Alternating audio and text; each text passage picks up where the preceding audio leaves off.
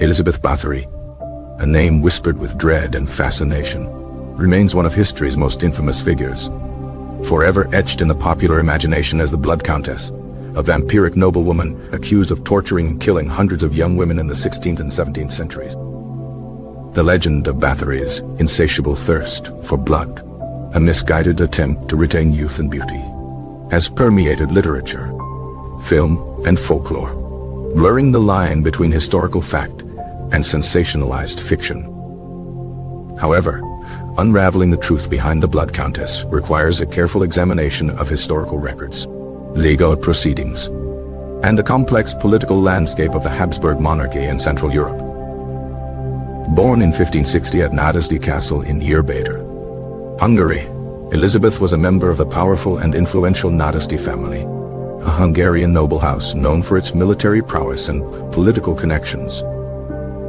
Her father, Georgi Nádasdy, was a renowned warrior and a participant in the Ottoman Habsburg Wars, earning him significant wealth and prestige. Her mother, Orsolya Sehi, came from another prominent Hungarian noble family, further solidifying Elizabeth's position within the Hungarian aristocracy. Elizabeth received a comprehensive education befitting her aristocratic status, including Latin, multiple languages, and an understanding of courtly etiquette, music, and theology. She displayed a strong intellect and a disciplined nature, qualities that would later be both exploited and misinterpreted by her detractors. In 1574, at the young age of 14, Elizabeth was betrothed to Ferenc Nádasdy, a distant cousin and a rising military commander. This advantageous marriage significantly expanded the Nádasdy family's power and influence, securing their dominance in the region. The marriage, however, proved to be unhappy, marked by Ferenc's frequent absences due to military campaigns and rumored infidelities. Elizabeth, left to manage the vast estates and oversee the family's affairs, gained a reputation for shrewdness and competence. She bore Ferenc several children, including Georgi Nádasdy, who would later become a prominent figure in Hungarian politics. The early years of Elizabeth's marriage were largely unremarkable, devoid of the horrific events that would later define her legacy. Following Ferenc's death in 1604, after a lengthy and successful military career, Elizabeth became a wealthy widow with considerable autonomy. She resided primarily at Cateau d'Eau, Water Castle, her sprawling estate near Vestasy, a location that would become inextricably linked to the allegations of torture and murder. It was at Cateau d'Eau that the accusations against Elizabeth began to surface, initially sparked by rumors and gossip among the local peasantry. The first reports concerned the mysterious disappearance of several young peasant girls who had been employed as servants at Cateau d'Eau. These disappearances, coupled with Elizabeth's reputation for eccentric behavior and a growing detachment from social norms, fueled widespread fear and suspicion. The pivotal figure in uncovering the alleged atrocities was György Sarkozy, the Viscounts deputy judge of the county of Trenčín, who was investigating a land dispute. During his investigations, Sarkozy stumbled upon a network of witnesses who claimed to have observed Elizabeth and her accomplices torturing and killing young women. These testimonies described gruesome acts of mutilation, beatings and branding, often motivated by seemingly arbitrary whims and cruel experimentation. While the blood-bathing ritual has become synonymous with the Blood Countess legend, its veracity is highly disputed by historians, with some arguing it was a fabrication propagated to discredit Elizabeth. In 1610, Sarkozy and his associates raided Cateau d'Eau, uncovering a veritable charnel house containing the bodies of numerous young women and evidence of prolonged torture.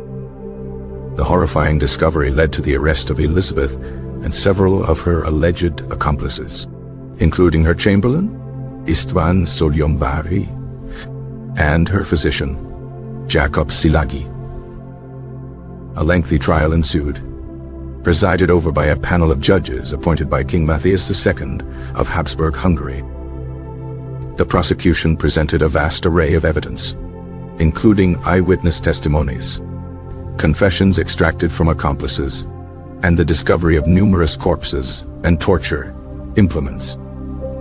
However, Elizabeth's noble status and the political ramifications of prosecuting a member of a powerful family complicated the legal proceedings. The Habsburg monarchy, embroiled in conflicts with the Ottoman Empire and facing internal political instability, was wary of provoking unrest among the Hungarian nobility. As a result, negotiations began with the goal of reaching a compromise that would appease the Habsburg authorities without unduly antagonizing the Hungarian aristocracy. Ultimately, a deal was struck whereby Elizabeth was imprisoned in Chateau d'Eau, effectively ending her life in confinement without a formal execution. She spent the remaining 20 years of her life in solitary confinement, walled up in a single room, until her death in 1614. The circumstances surrounding her death remain shrouded in mystery, with various accounts describing her demise as natural or due to self-inflicted wounds. The subsequent publication of a sensationalized report detailing the alleged atrocities, known as the Confessiones Elisabethae, Confessions of Elizabeth, further solidified Elizabeth's reputation as a monstrous figure in popular culture. Historians have increasingly questioned the veracity of the Confessiones, pointing out inconsistencies and potential biases in the accounts, and suggesting that it was largely a piece of political propaganda. While the exact number of victims remains uncertain, most historians estimate that Elizabeth was likely responsible for the deaths of dozens, rather than the hundreds often claimed in popular accounts. The motivations behind Elizabeth's actions remain complex and debated, with theories ranging from a genuine desire for power and control to mental instability and a distorted sense of morality. Regardless of the precise truth, the legend of Elizabeth Bathory, the Blood Countess, continues to fascinate and horrify, serving as a cautionary tale about the dangers of unchecked power, the allure of immortality, and the enduring power of myth. The water castle itself, though partially destroyed, stands as a silent testament to the dark events that unfolded within its walls, attracting visitors and researchers alike.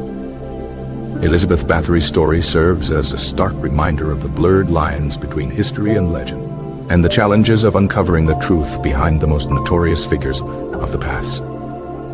The legend continues to evolve, adapting to changing cultural sensibilities and fueling new interpretations of the Blood Countess's enduring legacy.